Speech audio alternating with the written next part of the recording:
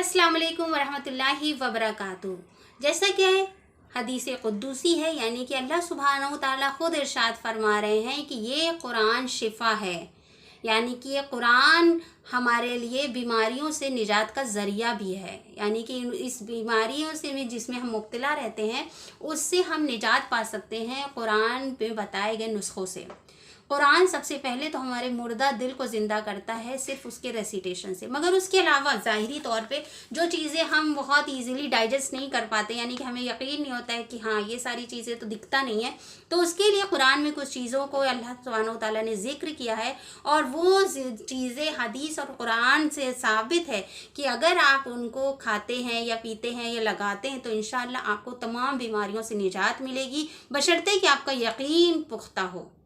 कभी कोई शख्स हमसे अभी कह दे कि एक ऐसा कैप्सूल बनाया गया है, कोई डॉक्टर कोई साइंटिस्ट अगर हमसे कह दे अमेरिका में, नॉर्वे में या यहाँ या कनाडा में या चाइना ने एक ऐसा कैप्सूल बनाया है जिसको खा लेने के बाद ज़िंदगी में कभी कोई बीमारी नहीं होगी और उसकी कॉस्ट लगभग 1 करोड़ या 2 करोड़ रुपए है, उसके बाद गारंटी है कि कोई भी बीमारी ऐसी नहीं है जो उस कैप्सूल के खाने के बाद है।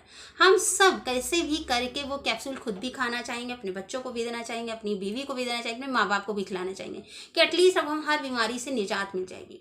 क्यों? क्योंकि दावा कौन कर रहा है? एक बहुत बड़ी कंट्री दावा कर रही है, एक बहुत बड़ा साइंटिस्ट दावा कर रहा है और उसकी कीमत भी बहुत ज़्यादा है। पैसे से ही हम हर चीज़ की कीमत आंकते हैं, मगर जिस चीज़ को मेरे नबी अकरम सल्लल्लाहु अलैहि वसल्लम ने कहा कि इस चीज़ में मौत के अलावा हर चीज़ की शिफा है, उस पर हमारा यकीन उतना मुकम्मल नहीं है, हम उस पर तवज्जो ही नहीं देते, हम उसको पाबंदी के साथ खाते ही नहीं हैं। वो है कलौंजी, जिसको हम लोग ब्लैक क्यूमिन भी बोलते हैं।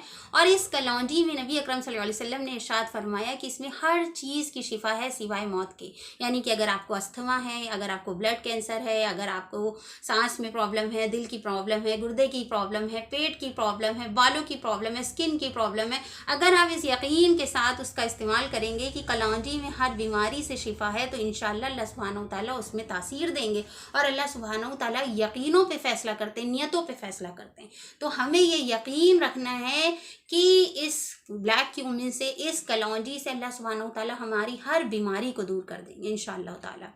दूसरी चीज़ जो हदीस पाक में आई है वो है खजूर, जिसका कुरान में 20 बार से भी ज़्यादा जिक्र आया है।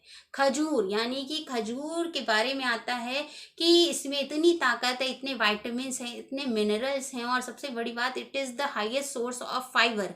यानी कि आपके पेट की कोई भी डाइजेशन की प्रॉब्लम हो, सबसे बड़ी बात अगर आप एनीमिक, आप किसी डॉक्टर से पूछ लीजिए, खजूर से बेहतर आपके लिए कोई ऑप्शन नहीं हो सकता। ये हमारे ब्लड सर्कुलेशन को बढ़ाता है, ये हमारे डाइजेस्टिव सिस्टम को ठीक करता है और उसके बाद हमारे हेयर लॉस में हमारी मदद करता है। हेयर लॉस अगर होता है तो उसमें भी खजूर बहुत फ़ायदेमंद है। और नबी अकरम सल्लल्लाहु अलैहि वसल्लम ने कहा जिसने 7 अजवा खजूर सुबह खा ली उसके ऊपर कभी जादू का असर या जहर का असर नहीं हो सकता। सुभान अल्लाह। यानी कि किसी भी तरह का जहर हमारी बॉडी में, कोई भी टॉक्सिन्स हमारी बॉडी में नहीं रह सकते हैं। तो खजूर की इतनी फजीलत है कि जिसकी कोई हद नहीं। और नबी करीम सल्लल्लाहु अलैहि वसल्लम ने इरशाद फरमाया कि खजूर को अपनी डाइट में शामिल भी करना चाहिए। तो हमें चाहिए कि हम खजूर का इस्तेमाल करें, क्योंकि इसको खाना भी सुन्नत है और प्लस इससे हमारी बहुत सारी बीमारियों से निजात मिलती है। इसमें जो अमेजिंग मिनरल्स हैं, विटामिन्स हैं, ये हमारे दांतों को भी सड़ने से बचाते हैं। और अगर किसी को डाइजेशन की प्रॉब्लम हो, खाना नहीं पचता हो, कॉन्स्टिपेशन हो, उसके लिए भी खजूर बहुत कारगर है। ख़ास तौर पे नबी करीम सल्लल्लाहु अलैहि वसल्लम ने इरशाद फरमाया कि अपनी हामिला औरतों को जब वो मतलब प्रेग्नेंट हो और उसके बाद भी उनको खजूर को खिलाओ, क्योंकि बेहतरीन ग़िज़ा खजूर है। आप सोच सकते हैं कि सहाबा इकराम खजूर खा खा के इतनी बड़ी बड़ी लड़ाइयाँ लड़ लेते थे, क्योंकि वो ताकत का ज़रिया इसलिए आता था कि उनको यकीन था कि कुरान में इसका जिक्र आया है, मेरे नबी करीम सल्लल्लाहु अलैहि वसल्लम इसकी इतनी अजमत बयान कर रहे हैं, तो जाहिर सी बात है इसमें ताकत होगी। तो खजूर को अपनी डाइट में ज़रूर शामिल करें। हो सके तो खजूर को हमेशा ताक यानी कि ऑड नंबर्स में ही खाएं और उसको सुन्नत समझ के खाएं कि मैं खजूर खाऊंगी तो इंशाल्लाह मुझे इससे बहुत फ़ायदा होगा, मेरी सेहत अच्छी बनेगी। Then comes the most beautiful thing is like liquid gold, यानी कि हनी, जिसको मैं लिक्विड गोल्ड इसलिए बोल रही हूँ क्योंकि वो सुनहरे रंग का इतना खूबसूरत होता है। और हनी के बारे में आता है नबी करीम सल्लल्लाहु अलैहि वसल्लम ने भी और अल्लाह सुब्हानहू तआला ने भी कुरान में इसका जिक्र किया और नबी करीम सल्लल्लाहु अलैहि वसल्लम ने इसका जिक्र हदीस में भी किया है। यानी कि एक शख्स को अगर पेट की प्रॉब्लम थी और उस शख्स के पेट में दर्द हो रहा था, तो आप सल्लल्लाहु अलैहि वसल्लम ने उसे कहा कि शहद खाओ, शहद में शिफा है। सोचिए, मेरे हबीब सल्लल्लाहु अलैहि वसल्लम कह रहे हैं, जिनके लिए पूरी कायनात बनी, जिनका कोई कौल झूठा नहीं, जिनकी कोई बात झूठी नहीं, वो कह रहे हैं कि शहद में शिफा है। तो शहद को अपने डाइट में शामिल करें और उसके बाद अल्लाह सुब्हानहू ताला का करिश्मा देखेंगे आप कि शहद से आपको कितना है। एक तो इसमें इन्फ्लेमेटरी होता है कि कोई भी तरह के, अगर आपको कीड़े ने काट लिया है, किसी भी तरह का फंगस हो गया, तो आप उसको शहद इम्प्लाई करेंगे, आपका इंशाल्लाह, अगर आपको मधुमक्खी ने काटा या किसी कीड़े ने काट लिया, आप फ़ौरन उस पर शहद लगा लीजिए, इंशाल्लाह वो फ़ायदा करेगा। उसके बाद डाइजेशन के लिए सबसे अच्छा है, पेट के लिए सबसे बेहतरीन शिफा चीज़ जो है वो है हमारा हनी। ये हमारी इम्यूनिटी को बूस्टअप करता है। शहद हमारी स्किन के लिए इतना अच्छा, आप सोच नहीं सकते कि शहद हर टाइप की स्किन के लिए बेस्ट है। यानी कि whether it is a normal skin, dry skin है या आपकी ऑयली स्किन, आप शहद अगर उस पर अप्लाई करते हैं, आपके जो है फेस अपने आप ग्लो करेगा, आपकी स्किन का रंग अपने आप साफ होगा। और सबसे बड़ी बात, अगर आप जहन में रख के करें मैं सुन्नत को फॉलो कर रहा हूँ, तो इंशाल्लाह उसके ज़रूर फ़ायदे होंगे। नबी करीम सल्लल्लाहु अलैहि वसल्लम को शहद बहुत पसंद था। हाँ, जो मार्केट में है वो शहद आप शुगर मिल के आता है, तो आप ध्यान दें कि अगर आपको ऑर्गेनिक हनी मिल जाता है, आपको असली शहद मिल जाता है, तो आप कोशिश करें उसको जो है कंज्यूम करें अपनी बॉडी के लिए, अपने नर्वस सिस्टम के लिए, अपनी आंखों की रोशनी के लिए, अपने फेस के ग्लो के लिए, अपने ब्लड सर्कुलेशन के लिए, अपने डाइजेशन के लिए हनी से बेहतर कुछ भी नहीं है। देन कम्स हमारे लिए जो नबी करीम सल्लल्लाहु अलैहि वसल्लम ने एक और चीज़ बताई है, दैट इज़ आर मिसवाक। मिसवाक के बारे में आता है कि नबी करीम सल्लल्लाहु अलैहि वसल्लम ने कहा कि एक ऐसा मिसवाक, अगर मैं मुझे अपनी उम्मतियों की मशक्क़त का ख्याल ना होता तो मैं इसको हर नमाज के लिए फ़र्ज़ कर देता।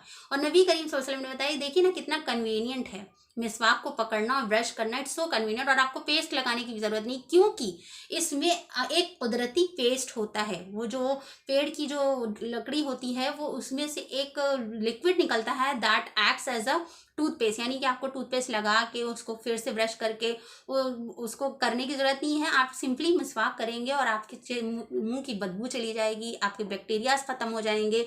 और एक तरह से नेचुरल टूथब्रश, नेचुरल टूथपेस्ट है। और सबसे बड़ी बात, जो इंसान रेगुलर मिसवाक करता है उसको नबी करीम सल्लल्लाहु अलैहि वसल्लम ने वादा किया है कि मरते वक्त उसको कलमा नसीब होता है। सुभान अल्लाह, इससे बड़ी क्या नेमत होगी हमारे लिए कि मिसवाक को हम अपनी डेली रूटीन में शामिल करें, क्योंकि मिसवाक बहुत खूबसूरत सुन्नत है। इसके 70 फ़ायदे, 70 से ज़्यादा फ़ायदे हैं। और कोई भी सुन्नत पे अमल करने से हमें सिर्फ और सिर्फ जन्नत के ही करीब ले जाती है कोई भी सुन्नत। तो इंशाल्लाह कोशिश करें कि मिसवाक को अपनी लाइफ में शामिल करें। देन कम्स बनानाज, जन्नत का फल है केला, यानी कि ये भी हमारे लिए बहुत फ़ायदेमंद है। इट इज़ लाइक ये हमारे ब्लड शुगर का जो लेवल है उसको मेंटेन रखता है, उसके बाद ब्लड प्रेशर को कंट्रोल करता है, और हमारे लिए सबसे बड़ी बात, हमारे फेस के लिए बहुत फ़ायदेमंद। अगर हम इसका मास्क यूज़ करते हैं तो ये हमारे फेस को एक अलग ही ग्लो देता है। तो try to use this banana अपनी सेहत के लिए, अपनी खूबसूरती के लिए, क्योंकि कुरान में जो चीज़ों का जिक्र है, हदीस में नबी करीम सल्लल्लाहु अलैहि वसल्लम ने जो चीज़ें बताई हैं, उसमें से फ़ायदे ही फ़ायदे हैं। तो अगर हमें सेहत अपनी बनानी है और सुन्नतों पे भी अमल करना है, 2 in 1 अगर काम करना है, तो इंशाल्लाह हम कोशिश करेंगे कि कुरान और हदीस में बताई हुई चीज़ों से ख़ुद को फ़ायदा उठाएंगे। आखिर दावाना अनिल हम्दुलिल्लाहि रब्बिल आलमीन। अस्सलामु अलैकुम व रहमतुल्लाहि व बरकातुहू।